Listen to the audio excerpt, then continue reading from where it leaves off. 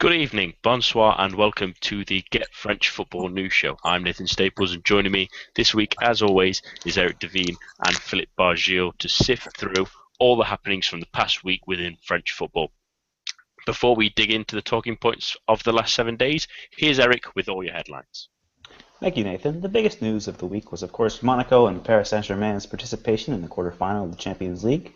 Tuesday's match at the Juventus Stadium saw Monaco fall 1-0 to a somewhat dodgy penalty, but in the process spurting several chances to notch a crucial away goal. Despite the loss, there are still all to play for come Wednesday's return leg. PSG, however, were not so lucky, as David Luiz's surprise return to the starting 11 was marred by a poor performance from the Brazilian. Luis Suarez braced, proving the difference as Barcelona walked out 3-1 winners, firmly in control of the tie. In the league, Lyon handily dispatched Bastia 2-0 on Wednesday, in an encounter rescheduled from the Corsican side's Coupe de la Ligue final. Nantes started matchday 33 off with a surprise win over Marseille. Serge Gakpe's goal in 20 minutes the difference between the sides. With only 1 win and 4 over the Canaries since their return to Ligue 1, Marseille continued to be haunted by their Breton opponents. Saturday's early match saw a clinical PSG dispatch Nice via Javier Pastore brace and an Edinson Cavani penalty, Matthew Bodmer netting what proved to be a consolation for the hosts just before halftime. In the multiplex, the relegation battle continued to boil, as with Nantes now likely safe on 43, 6 of the next 8 placed sides faced off against each other. Reims, facing a tough set of fixtures, notched a crucial away win over Bastia 2-1, while Guingamp and Evian aided each other's causes for survival with a 1-1 draw in Brittany. Today's big winners, though, were Toulouse, who moved out of the drop zone as Martin Braithwaite scored the match's solitary goal on 28 minutes for Le TFC's third win in 4, Lorient taking their place in 18th with the loss. Metz continued to show fight in their own battle for safety, beating Lens 3-1, but though they are still 8 points from safety. In the day's shock result, Habib Habibou scored a late equalizer for Rennes against Monaco at the Stade Louis II, Monaco having opened the scoring through Bernardo Silva on 28 minutes. Sunday provided an entertaining set of matches, although for differing reasons. In the early game, Sofiane Boufal was the hero, playing provider on goals for Nolan Roux and Adama Traore, as Lille defeated visiting Bordeaux 2-0. In the second match, Montpellier ratcheted up the pressure on fellow European hopefuls by defeating Caen 1-0 at a waterlogged Masson. Hilton's bullet header the difference early on in the match. Most entertainment of the weekend, however, was saved for a thrilling Rhone derby that saw Lyon and Saint-Etienne share the spoils 2-2 at the Gerland, despite playing all but half an hour with 10 men after Lindsay Rose's dismissal. Lyon remained top on goal difference with PSG having a game in hand, while Saint-Etienne moved level on points with Marseille in fourth. In news off the pitch, Ligue 1 this week announced that goal line technology will be introduced for next season, and Dimitri Payet and Zlatan Ibrahimovic have both had their domestic bans reduced by 1 match. In injury news, Caen captain Julien Ferret left his side's match against Montpellier with an ankle problem, while Lyon players Clément Grenier, Christophe Jallet, and Maxime Gonalon returned to the side. Grenier seeing his first action of the season midweek against Bastia. For PSG, Thiago Silva and Thiago Motta both hope to be fit for Sunday's visit from Lille. That's all the news for now. Back to you, Nathan. Thank you, Eric, and for all your latest French football news, head on over to our website and our Twitter feed, which are in the video's description. Our first talking point of the show concerns that terrific Rhone derby on Sunday. It was an enthralling contest that ended in a 2-2 draw, pairing 2 highly rated teams and managers. Philip, it was a good game. I want you to focus on those managers right now. How did Christophe Galtier do? Yes, good evening, Nathan. He was not exactly. He was a bit risk averse. Was Christophe Galtier? He's not usually that conservative, shall we say? He played a very extremely defensive 5-3-2. He's on the fans' good side these days. With obviously the derby win, Saint-Etienne are doing well. They were closer to the relegation zone when he took the job, and now they even talked of him moving to Newcastle. But on Sunday evening, there really was a chance to do a bit more. But he really kept this deep defensive line, which was a bit frustrating, especially for a player like Théophile Catherine playing right next to Perrin. You do feel that this guy can bring much more going forward. The other bleak point for Galtier, shall we say, was Lyon having a player sent off after half an hour.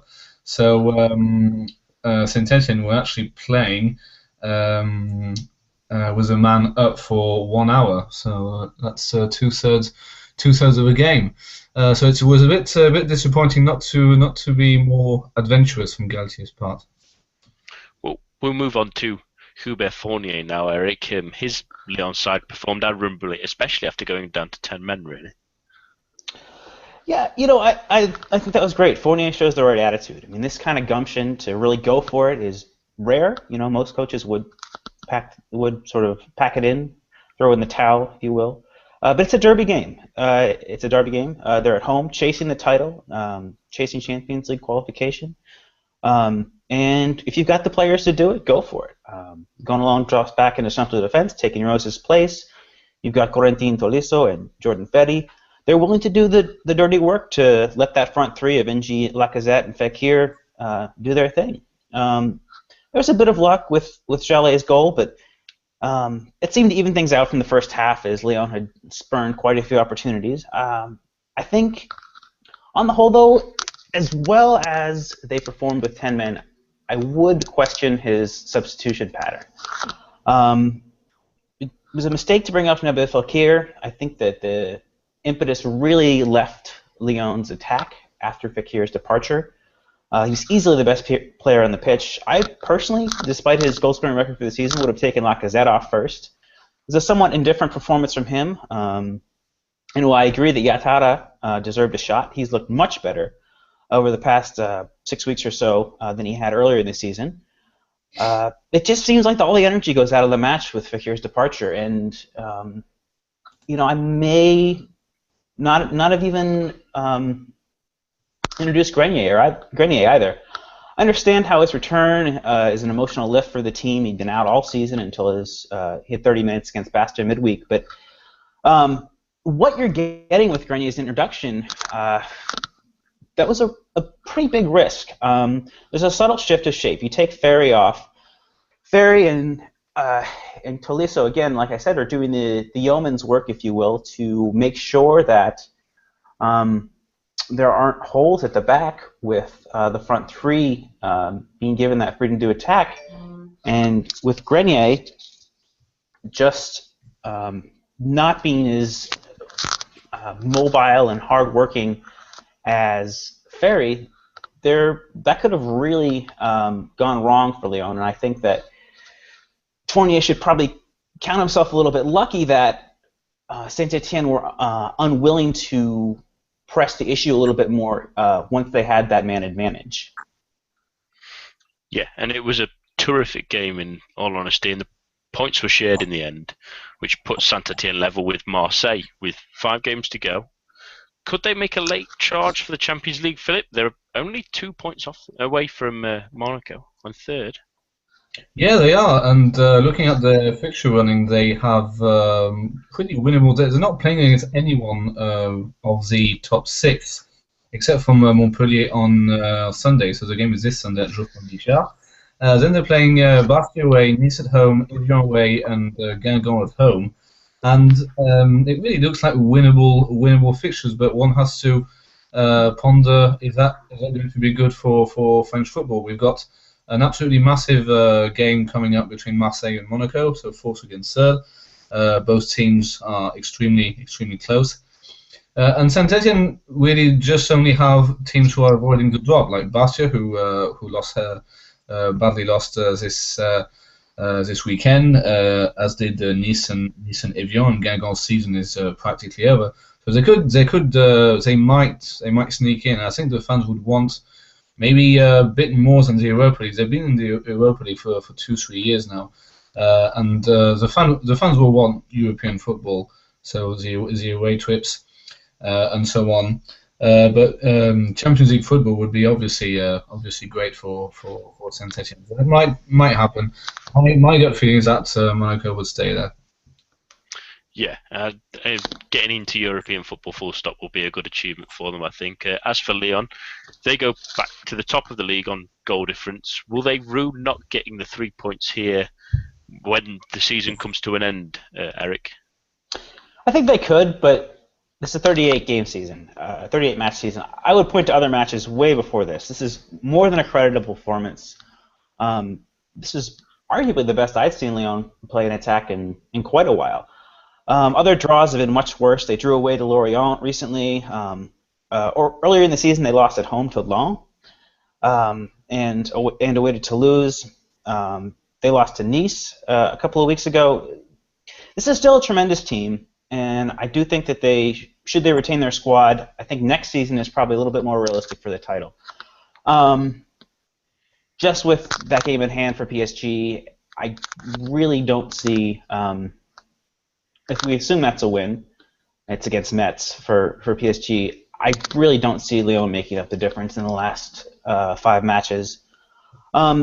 The squad depth they're going to have next year with Fofana, Grenier, and Bisevac coming back to full fitness. I know Grenier is back now. Should make next year, I think, a more realistic title shot for PSG. But I think that the young players, even if they do fall short this year, will have benefited from the experience of being in a tight title race and can be a little bit more mentally sound. There have been some somewhat lacking performances from some of the younger players at key moments, and that next year will look a little bit better. It's a great performance, and I wouldn't point to this game in particular as the reason for Lyon, quote-unquote, having lost the title. Well, it's been a terrific season regardless, but it is a shame that if they might be falling short. Let's move on to Marseille, whose rapid decline in recent weeks has seen them not only fall out of the title contention, but they could miss out on the Champions League football as well. It's really been compounded by that 1-0 loss against Nantes on Friday night. But Philip, the real question is, why are they dropped so far off the pace? Well, I think looking back at the at the results, it all started with the Classico defeat 2 weeks ago against PSG, where they actually were outrun by PSG, by their rivals. To me, the main reason would be tiredness. You can just see that the squad isn't that big, and that you may be Bielsa, you may be someone else. Players do need a rest, and they do get tired after a while. And I'm still of the opinion that they have really overachieved with the players they have. They've got good players, but I mean they were top of the league for a very, very long time. And them dipping in form is not all that surprising to most people who follow Marseille, and I'm sure the fans would want that third place. Of course, they will. But it's the same with Saint-Etienne. We're going to have a playoff against a major European club. I mean, at this moment in time, it could be against Manchester City, it could be against Valencia. So really, really good sides, and we would like the best possible. The more stable French football club to lead into that playoff. So to me, it was still full to Monaco this third spot, but still a great season from Marseille given the circumstances. Eric, I know you've been pretty vocal on Marseille's issues. What do you think has been the key to their current plight? I think that for as impressive as the club were, I think they won 8 in a row earlier in the season under Bielsa, his stubbornness is really the undoing of this team, both in personnel and in tactics. I mean, how many times is he going to trot out Florian Thauvin? I know he didn't start and he came on as a sub against Nantes on Friday, but his production is not living up to being a day in and day out starter, especially with how much Alessandrini showed when he does play. Again, Thauvin was effective on Friday, I'll grant that, and Alessandrini wasn't as effective, but if you look back to their performances against Bordeaux in particular, there's not the same level of quality there from Thauvin on a consistent basis that we need to see. Also using Fanny and Morel as center backs, not giving any chances to the Brazilian Doria or the youngster Baptista Aloe, even against weaker opposition or in cups. That there's not necessarily a lack of squad depth at Marseille. It's just that Bielsa's not doing anything to develop what could be a potentially much deeper squad by blooding in these younger players or these, I wouldn't necessarily call Alessandrini a fringe player, but he's not necessarily part of the starting 11 every week. Also, this insistence on three at the back over the course of Nkulu's injury, even without the right personnel. I mean, we look at his use of Mario Lemina against PSG. That was one of the undoings of Marseille in that match. The pressing game can definitely work with this side, but so his overall tactical approach isn't a bad one, but these decisions that he's making in terms of personnel and formation on a week-to-week basis, especially in the second half of the season, are just, there's not an explanation for them. And despite what he brought to the team earlier in the season, I mean, they had underachieved under Elie Boep last year. He needs, I don't want to say he needs to go because he's shown that his general approach can work, but he needs just a reconsideration of the way he's approached tactics and formation. Squad depth and as well. Starting Barada for a handful of games earlier in the calendar year, I'm not seeing what was the point there either, especially with Alessandrini available. I think that Bielsa's narrow-mindedness, shall we call it, is really the overarching issue over their struggles in the past couple months. Well, the talk will change in the summer should they miss out on Champions League football. To Marcelo Bielsa, is his head on the chopping block, Philip? Just to bounce back before answering the question, there's a couple of really interesting things you mentioned, Eric. First of all, one thing I really don't understand about Bielsa is his treatment of Alessandrini. I mean, he has been injured, but when he was at Rennes, he was absolutely phenomenal and scoring some really world-class goals. I mean, we're talking about first-time volleys in the top corner, and it's just not happening for him. And considering the tactics, it's also very strange. I mean, Michy Batshuayi, who's Gignac's understudy at centre forward, played almost as a central midfielder next to Imbula at Nantes, which is really extremely strange, especially when you've got Lemina on the bench. I mean, all these choices really don't. I mean, I agree. All these choices don't really make much sense because he puts Lemina in a massive game against PSG, and the game at Nantes he plays a centre forward as a central midfielder, where he's got plenty of other possibilities. Well, that was just to bounce back. So to answer the main question, I honestly hope that Bielsa stays, because even though he's extremely stubborn and he makes mistakes just like any other manager would make, the situation at Marseille is really not clear, and they really do need some kind of a disciplinarian to manage the squad, to manage. I was going to say the club, almost a club, but everybody knows that they don't get along with La Brune. That if it would have happened to any other manager, the chairman probably would have sacked Bielsa already. So I think a lot will depend if they finish third or fourth, or they could actually finish fifth. If it really doesn't go well, I think if they finish fifth, there's a really high probability of Bielsa leaving. But it's his first year, and I think at the beginning of the season, if you would have asked every Marseille fan, you're going to finish close to the Champions League places, I think they would have been surprised. So my feeling would be, I haven't really thought about who could replace him if he goes, or that is, if he resigns or if he's sacked. But I would actually encourage him to stay for the stability of the club. Well, you make a good point there, Philip, about is there really anyone out there to replace him? If this is the end for you of El Loco Eric, and if so, who would come in? I think it has to be. I just to track back on a couple of things Philip had said there. I tweeted about this a couple of weeks ago. On a per minute basis, Alessandrini produces something like 2.5 more times more goals and assists than has Tovan this season.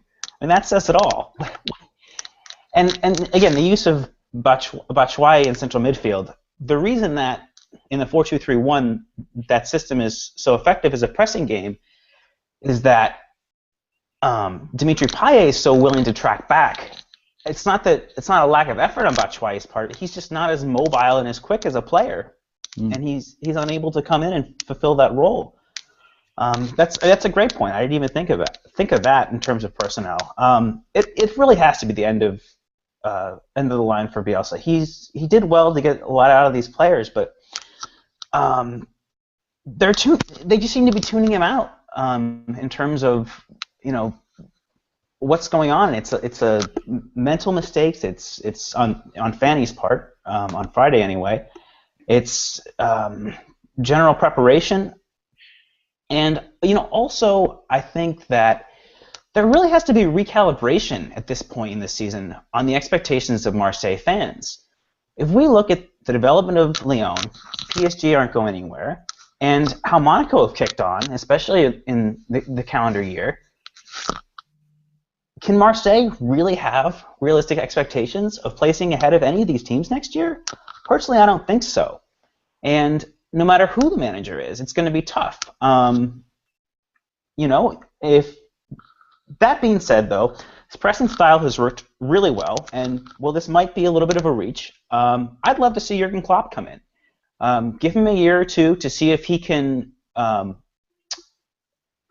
let Marseille place ahead of these players. Place ahead of Monaco, Lyon, and PSG to get back into the Champions League, and to give that club that introduction. I mean, he's got the pressing style down. We've seen from his time at Dortmund. He's also been excellent at getting the best out of younger players who, maybe had shown flashes but weren't playing as well on a consistent level. I mean, Marco Reus is a great example of this. Robert Lewandowski, Shinji Kagawa. The latter two in particular, are relatively unheralded players, and the amount of development that they've shown under Klopp is really impressive. So if we could look at a Tovan, if we could look at Alloway, if we could look at the two young fullbacks, Mendy and DJJ, the reputation that Klopp has to play that pressing game that works so well earlier in the season and to develop young talent, I think make him an excellent choice. It would take some doing financially, but again, Marseille has some of the deepest pockets in the league. They're not afraid to spend. Look at the fees that they've lavished on Tovan in recent years, as well as Payet, and they've shown that with their fan base and with the expectations the club generally have, they're not afraid to dig into their pockets if they find the need. And with a lack of similarly higher placed jobs around Europe, if you look at jobs in the Premier League and what might be coming open. I mean, Liverpool, Klopp's in link with Liverpool, particularly with Brendan Rodgers' recent struggles. I think Klopp would be a great shout, and if they could bring him in, then I think we'd have a real battle royale for those Champions League spots among the current top three in Marseille. I think Klopp is a adventurous choice, shall we put it? But if the options dwindle, it's a club he might be interested in taking on. We'll move on now, and it's time for our Talent Scout feature, where each week either Eric or Philip will talk about either a French national or a player within Liga who's caught the eye recently. Eric, this week let's talk about Caen's Thomas Lemar. Yeah, Lemar's an interesting player. He's a little bit undersized. I think he's 5'4", 5'5". Plays generally as a central midfielder. He's worked out very well, I think. He's sort of a change of pace for Caen. I mean, usually they're very go under Garand, looking to hit teams on the counter, hit teams on the break. And you have these players like a Nangis, Hervé Basile, Koita. They're bigger, they're more direct. They like to go at goal from the wings. Where Lemar, a little bit down to his size, a little bit down to his style, is a little bit less reliant on his pace, a little bit craftier with the ball at his feet. He's more of maybe a Matthew Valbuena type player. I don't want to say just because of his size, but he's got great ability at free kicks. He's very good at drawing fouls as well. We haven't seen a lot of him yet, so the book hasn't really been written on him. But that to me comes off as the obvious comparison. The issue is he's somewhat of an odd fit in the 4-1-4-1 that Garand has taken to playing this season. But I'd love to see him in perhaps a 4-3-3 at Barcelona. He's maybe perhaps a little bit similar to Iniesta in this way, in that he can drift inside knock these short passes around with an overlapping fullback.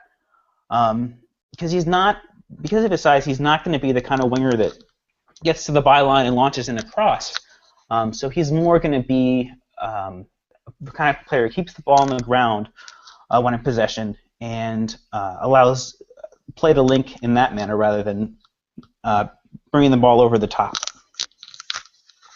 What's really impressed you about Lemar so far, Eric? Two things. He's, like you said, he's great at drawing free kicks, but my concern here is that if you look at other similar smaller players, Nabil Fekir, Alexis Sanchez, he's not quite as good as these players on the ball in terms of dribbling. And again, he's only 19. Some of this is going to come with experience. But once he develops a little bit more in this regard, he could really be a threat. The most attractive thing about him for me at this point is his dead ball abilities. He had a fantastic, if a little bit lucky, goal to beat Nantes a couple weeks ago. Really tremendous there. He looks great delivering corners, and whether he's trying to put the ball onto someone's head or to play it or to create a flick on, that's really his best asset at this point in time. He seems to be growing in confidence again. He's growing in confidence and receiving more playing time as the season wears on. So it's kind of hard to see where he's going to go in terms of this. If some of Nantes' other players leave, Koita in particular has been linked with moves away. Whether or not Garand can rejigger his system to fit Lemar in better in the future. But yeah, his dead ball delivery is really the bottom line for me. He's, for me, one of the most impressive dead ball strikers in the league at this point, even with a relatively small sample size. So linking onto the point you made there, how far can he go in the game? It's really hard to say. He's done very well for the under-20 team, but he might have been disappointed not to receive a call for Les Espoir last time out. Hadn't been getting a lot of playing time. I wouldn't say that I would take any player on the under-21s out ahead of him. There's just, for his position, there's a lot of talent of a similar age or just a little bit older than him that sort of blocking his way. You look at the likes of Fekir, Antoine Griezmann, Remy Cabella, Clément Grenier, now that he's returned to fitness, even Morgan Sanson, who all play in that sort of central attacking midfield role. So I'm not sure how I see him slotting in among these players. Best case scenario, he becomes a fringe player for the national team. But I think really in terms of his future, it depends on him finding a situation where the manager can utilize him properly, both tactically and both tactically, individually, and in fitting players around him who can sort of compensate for his weaknesses, if you will. Well, hopefully we'll see more of Lemar in the future. Thanks for that, Eric. Moving on to our third talking point, and we look at events at the bottom of the table. And Lorient slept into the bottom three at the weekend after losing 1-0 at home to Toulouse. It's a team we didn't really mention last week in our relegation talk. But Eric, why are Lorient struggling? Obviously we have the departure of Christian Gourcuff. He'd been the manager there for so many years, but we also have to look at playing staff. The transfers of Vincent Aboubakar and Bruno Aquile Manga were at the very end of the transfer window, and there wasn't really an opportunity to replace them, and they've both been so key both Iquile Manga as a central defender and Abubakar as a striker to Lorient's relative success last year. They finished ninth, I believe. Even the departure of Kevin Mane is a miss. Despite his struggles at Saint-Etienne, he was a key player for Les Merlus as well last year. They've brought some exciting players in. I think Jordan Ayew in particular has been great, and Benjamin Jeannot, the striker, is done well as well. But the reality is the talent's just not there. I know that we can look at a player like Rafael Guerrero as being one for the future, and Benjamin Lecomte has been tremendous this year as well. But by and large, this is a Ligue 2 side. You look at Romain Falapeto, Jeannot, Le Goff, Belugu, Walid Mesloub. Ligue 2 was where Lorient did their shopping, and Ligue 2 is where they're going to be if they don't bring it together. I understand that this is a necessity in terms of financial reality, particularly with them not receiving that money for Abubakar and Iquile Manga until the very end of the window. But it's not a recipe for success. If they had something that those players might go, perhaps their transfer policy could have been a little bit better set up in terms of saying, well, sure, we can let Abubakar go to Porto. Sure, we can let Iquile Manga go to Cardiff. But we need to have players lined up who can replace those players going forward. Philip, it's not been quite the same since Christian Gorkov left in the summer. Has it been difficult for them to move on? Well, it has to be. He's been there for a very, very long time, and he's really shown that Lorient were able to be a stable club. I mean, more often than not, Lorient finished in the top half of Ligue 1 with Christian Gourcuff. But he wanted to do something else. Now he is the manager of the Algerian team. He's not going to Bâle. I watched him at the African Cup of Nations. It wasn't. He was doing actually a good job following the departure of Vahid Halilhodžić.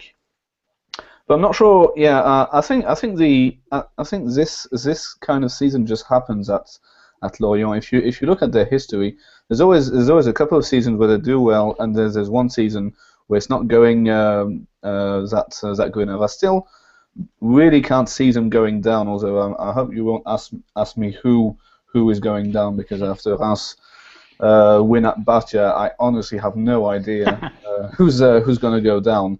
There would be a really smart guy to figure that one out. But for Lorient, they did do their shopping in Ligue 2, and I think it's a question of wait and see. I don't think they're going to go down, and I do believe that these guys will probably get a better strength in character when and if survival is confirmed mathematically. And I don't think the manager is doing a particularly bad job. It's just that it is a club that's quite ordinary, shall we say. It's not a very popular club. There's in Brittany there's Rennes, who is much more popular than there's Nantes, who is a massive club who has actually won things and been in the Champions League, and so on and so forth. So Lorient are, I mean, when in France, if this it's a type of club that if it goes down, people will say, well, it doesn't matter, they'll be back up next season. They've got a good business plan. But my gut feeling is that the youth is going to work at it, and I think they'll prove to be able players, and Lorient will more likely than not be able to sell them at a profit to clubs like Marseille. Well, alarm bells should be ringing for the Brittany Cup now with 5 games to go. They play Marseille, Bordeaux, Nantes, and Monaco, and they've failed to score in their last 3. Are they going down, Eric? Despite our conversation, our hammering of Rennes last week, I have to say yes. They're playing 3 teams, and particularly in Marseille, Bordeaux, and Monaco, that will be itching to win, to improve, or to qualify for Europe in their own right. We'll see Les Merlus as 3 necessary points, owing to the issues that owing to the other fixtures that they have. Particularly with Marseille and Monaco playing each other, they need to get 3 points against Lorient to stay where they are or to improve their situation. And like Philip said, it's not that these players aren't giving a good effort for Sylvain Ripoll. It's just not coming off. They're just not at the level needed for success in this league. I think you could even probably make the argument that without Metz and Lens, Lorient would be lower down in the league. Well, their running is intimidating, and whilst they will get to play Metz in the final 5 games, might there be too much for them to overcome at this stage of the season, Philip? I really don't know. I mean, we've got this game on Friday between Marseille and Lorient, so we've talked about Marseille already, and they're not in great form either. And honestly, I wouldn't be that surprised. I mean, in the early 2000s, Lorient were typically the kind of side that Marseille and PSG, who were not doing well, but neither of them were doing well at some point. And Lorient just came into town and took the 3 points. And it was the same in that period. Guingamp were doing very well, Caen were doing very well. So I wouldn't put it past Lorient to actually win at Marseille, given that both clubs are a bit low on confidence. Like I said before, I don't think they're gonna go down. Well, again, like you said, Philip, this relegation battle keeps going on and on and on, and I think it's definitely going to come down to the last couple of games, and we'll see how Lorient fare. Now, for this week's special report, Philip will talk to us about Blanc's future at Paris Saint-Germain. Yes. So PSG lost at home to Barcelona on Wednesday evening, quite heavily, 3-1. It doesn't happen very often these days. It was the first home defeat in Europe since 2006 against Hapoel Tel Aviv, at a time where the PSG fans were more famous than the players at this period. And it's another quarterfinal, and the exit is more than likely. It's 3 years in a row. The two other years, 2 years ago, PSG lost at home to lost to Barcelona without losing. Actually, they lost in away goals. And last season it was against Chelsea. They lost in away goals. Unless they win 2-0, I mean, I don't think they're going to lose on away goals this season. I think they're going to lose on aggregate, possibly by one or two goals. I can't see hammering on the other hand. But the big question is Blanc doing the right thing? Is he taking the club forward? First of all, I'm really a bit worried about what the club is trying to do this summer, because they've got huge decisions to make. Cavani has not been playing well at all. Lavezzi says he wants to go.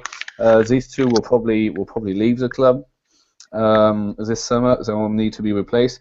There's a question of Ibrahimovic signing a contract extension. Will he sign a contract extension? That's a big decision to make. It will probably be his last contract, which will probably be involve a lot of money. And I honestly think they need someone who is stable.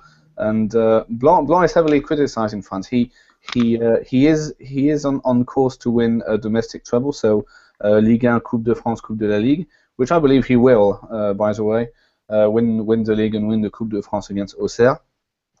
But he's still extremely criticised for not going further in the Champions League, and the recruitment really needs to be sorted out. Since sacking Leonardo, who was director of football of Carlo Ancelotti back when PSG were brought back by Nasser Al-Khelaifi. Leonardo did some great deals. I mean, he was a bit rough. He was far too rough with the referees. But he made some great deals. I mean, he brought in Sirigu, who's a really good goalkeeper. He pulled out the most amazing stop at Nice on Saturday from a header. He brought Verratti, who really is doing extremely well. People, myself included, had reserves about Pastore, but Pastore has been brilliant. And since Leonardo left, PSG have not really signed anyone, an unknown, brilliant player, up and coming. They signed. The only signings they did last season was signing David Luiz for a lot of money from Chelsea, and he hasn't let's say performed very well this week. He's not a bad defender.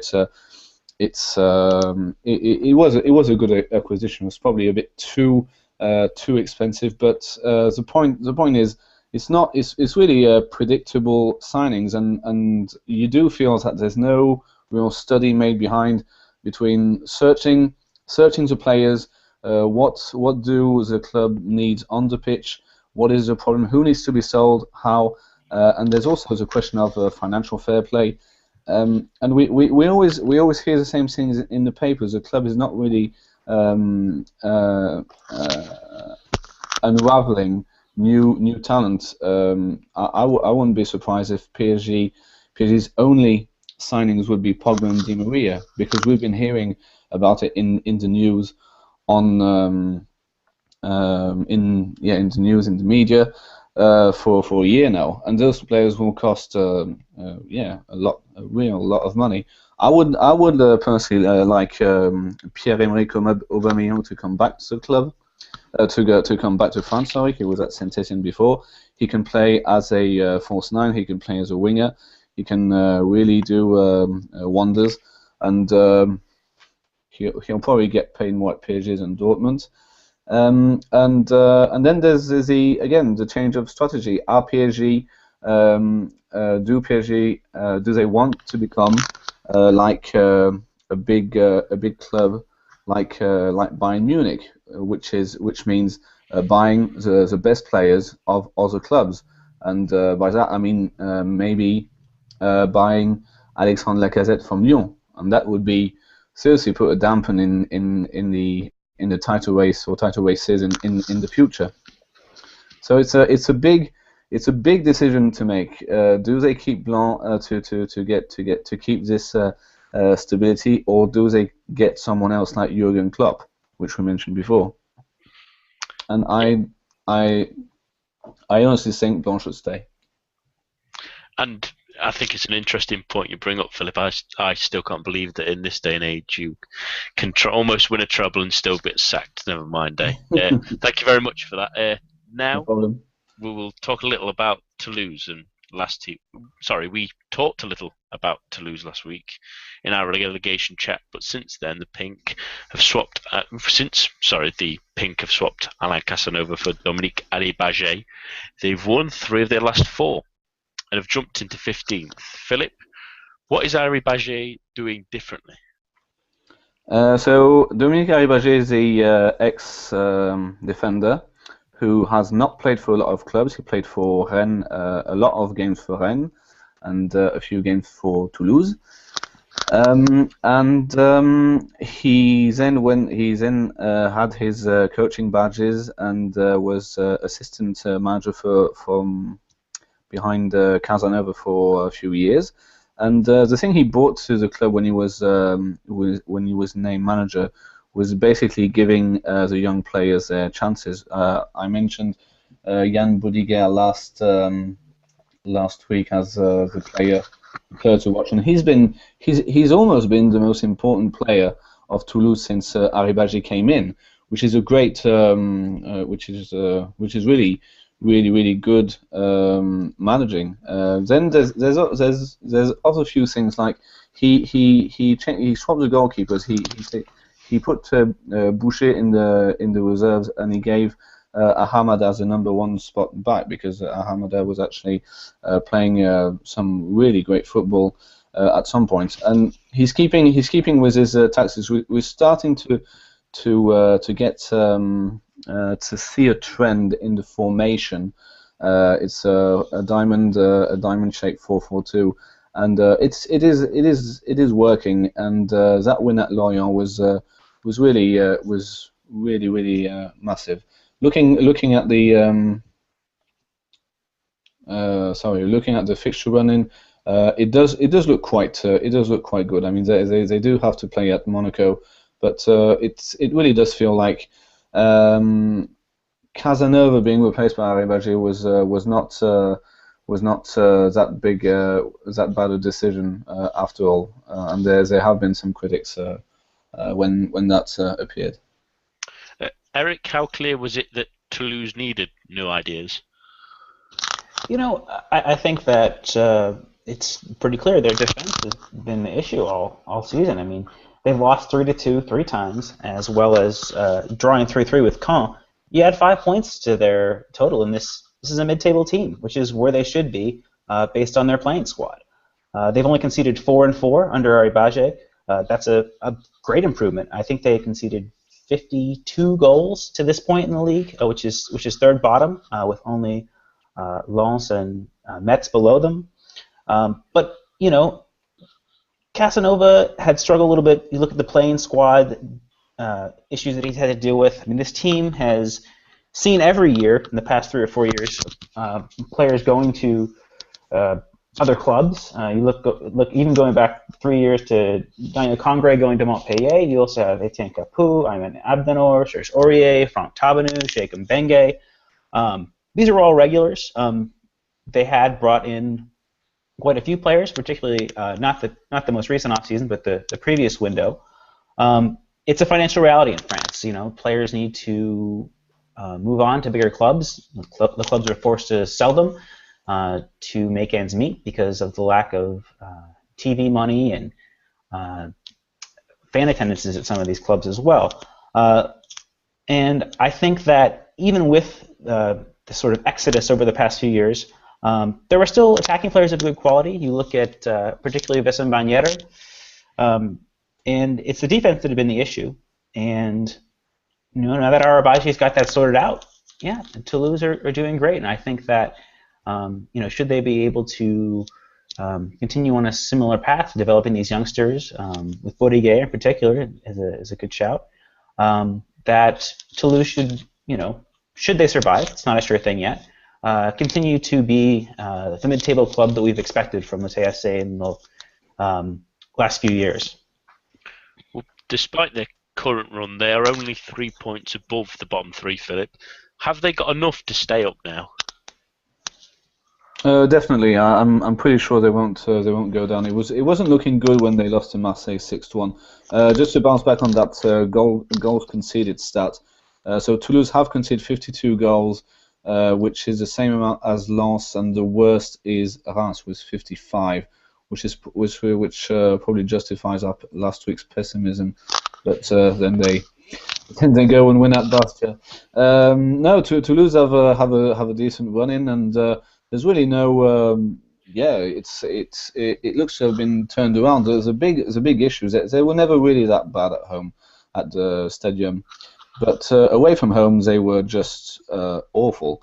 And that win at Lorient, which is really a 6-pointer. I mean, Toulouse winning at Lorient is basically Toulouse going over them. Now Toulouse are 3 points clear of Lorient, and the goal difference is diminishing.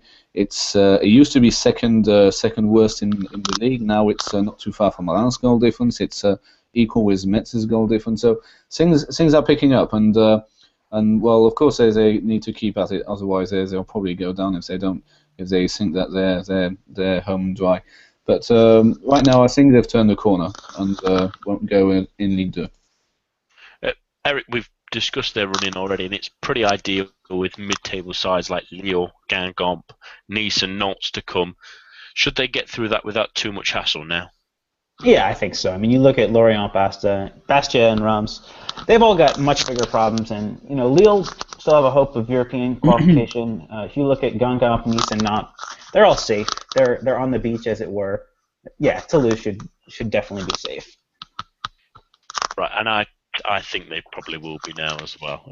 It's time again for our heroes and villains of French football. We always like hearing who's delighted and who's deceived. So, Eric, who makes your list this week? Sofiane Boufal is my hero of the week. He's looked more and more like the best business of the window in Ligue 1. He had 2 assists, one for Nolan Roux and one for Adama Traoré. The ball in particular for Traoré was just a peach. He's The ball came over the top from the right wing. Porto's defense were caught out a little bit, but really a great vision from Buffal. You look at Bernardo Silva as being the other big acquisition in the winter window in Ligue 1, but if you bring it down to cost, I think Buffal is definitely the best business. I believe he was just a shade over $2.5 million from Angers, and he's got great versatility. He can play as a number 10 or as a winger. He play the ball along the ground or over the top, and I think he's going to be really an important part of if Lille don't make Europe this season. To Lille's potential for qualifying for either the Europa League or maybe the Champions League if they can really bring things together next season. For villains, I have to go with Rod Fanni. He's not a center back. He's been woeful in that position all season long, and I don't know what was running through his mind with that back pass. I mean, Nantes are set up to look for this sort of thing. They're a pressing side under Der Zakarian. They're looking to take advantage of mistakes on the part of opposition defenders, and Gakpe did exactly what he's tasked to do. Harass the back line and seize on that kind of opportunity, and he tucks it away. And Nantes run out deserved winners. Perhaps maybe a switch to Aloué for next week. I'm not sure. That could be Marseille's season right there, honestly. And while there's other mitigating factors over the course of the season, Rod Fanni at present is definitely the villain for me. It's a shame. Someone has to be the fall guy, don't they? Yeah. And you, Philip, who do you want to shine the spotlight on this week? My hero and my villain this week are two PSG players. The hero is Pastore. He's been described by one Eric Cantona as the best player in the world. He's really proved me wrong since he came at PSG. I really thought he was overpriced and that he wasn't all that good. He was getting shoved off the ball. No shoulders, no physical attributes, not much really, especially when you're playing in a physical league like France. But since then, he's really been sensational, and he was really he was really important for that PSG win at Nice. The villain would be David Luiz. I'm not going to talk about Barcelona just yet because it's really not.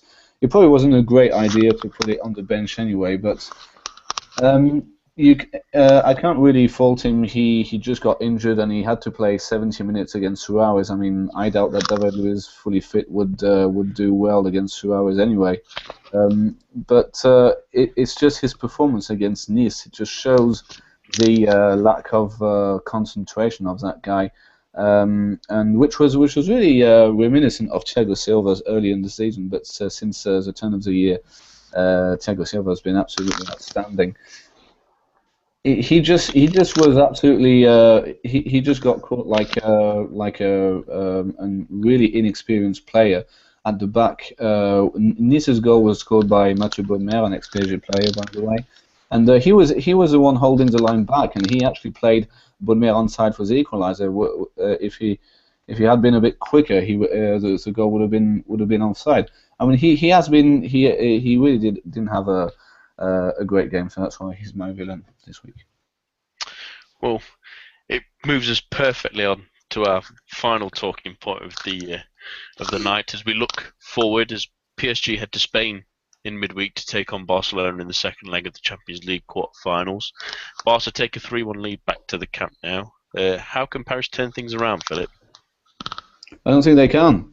They have Verratti back, they have Ibra back, and Thiago Motta, I believe, is in the squad as well.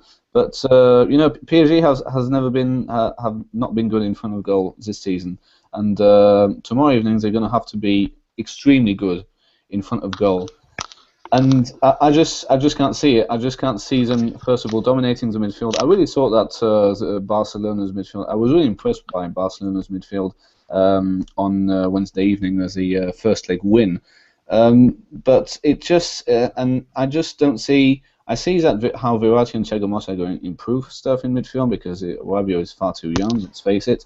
and so we can't really know if he's not good enough for that level. I think he can get there, but Verratti would be a much better fit, obviously. But he was suspended. I'm still not convinced that Ibra will score a hat-trick at the Nou Camp, and that it will change, it will solve everything. But I can see PSG winning, maybe score a goal or two, but turn it around would take something really, really special. Is it an impossible task for them to flip the script, Eric? I have to agree with Bob. I think so. It's really a shame, the injuries and suspensions that they deal with in the first leg. Starting with that draw at Stamford Bridge, Chelsea have looked more and more like a team this season, and it's been impressive to see that growth. They were sort of stagnant earlier in the year. Let's see what the offseason brings. As Philip mentioned earlier in a special report, if they can bring in another center back, for me, I think is also important. But another defensive midfielder, or maybe Pogba could fill that role. Yeah, there's no way they're going to go and win by 3 goals at the Nou Camp. It's just not going to happen, unfortunately. Really a shame. Like I said earlier or last week, I think a healthy, fit PSG has a chance against anybody, but that's just too much to overcome.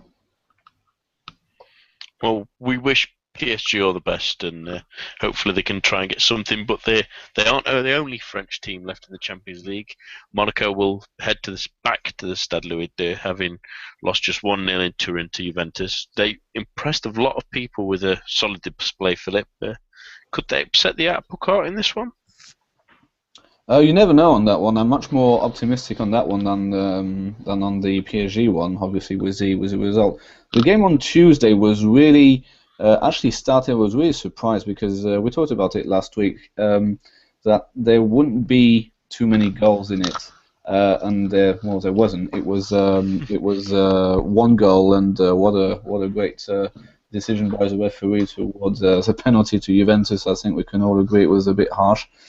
And actually, when I watched the game, I was actually quite impressed because the game started really, really well. I mean, Yannick Ferrer-Carrasco had a great chance, and he put it straight at Buffon. He really should have scored. And then Juventus also had a great chance with a player who was alone by his own in the penalty area inside 15 minutes. And I was just wondering, are we really watching 2 solid defensive teams? But then I think they probably they did put things right, and the game was cagey and very unspectacular, shall we say? And I think more of the same, a bit more adventurous. I can see Martial starting straight away. I think Monaco will still need Berbatov's experience in those games, but I think Jardim has to go with the bold of Monaco's youth. So Bernardo Silva, Ferrer-Carrasco, Martial. All these players really need to just go out there and give it their all, and it is against Buffon, who's still world class. It is against great defenders like Chiellini, like Bonucci, but it's only 1 goal, and then you just never know. So it is definitely possible. Eric, was it an opportunity missed last week to give them a real chance of advancing? I wouldn't call it an opportunity missed on the whole. It's just that's a microcosm of Monaco's season. They just seem to be a little more clinical, a little more consistency in front of goal. Even in the league, this squad could have run away with the title. They have 11 draws and a handful of 1-0 losses, a few more points, and they'd be up there challenging. And it's the same thing in the Champions League. You live by the sword, you die by the sword. We saw that in the group stage. I think they had 4 goals scored and 2 goals conceded, maybe. And that allowed them to win the group. Going forward, Philip rightly mentions these young players, Ferrer, Carrasco, Silva, Martial. They start to develop that consistency. They need an attack, and this is going to be a team for the future. But I got to give Juventus the edge here. I think that they, particularly with players like Tevez, they have. And Vidal, they have the consistent proven quality to put an away goal past Monaco, which would then require them to score 3, which I really don't see happening against Juventus. And it will be a shame to see them both go out, but we hope that Monaco can try and do something, and hopefully PSG can as well. Well, that's all the time we have for this week, gentlemen. My thanks to Philip and Eric, and thank you for tuning in to the Get French Football News Show. We'll see you next week.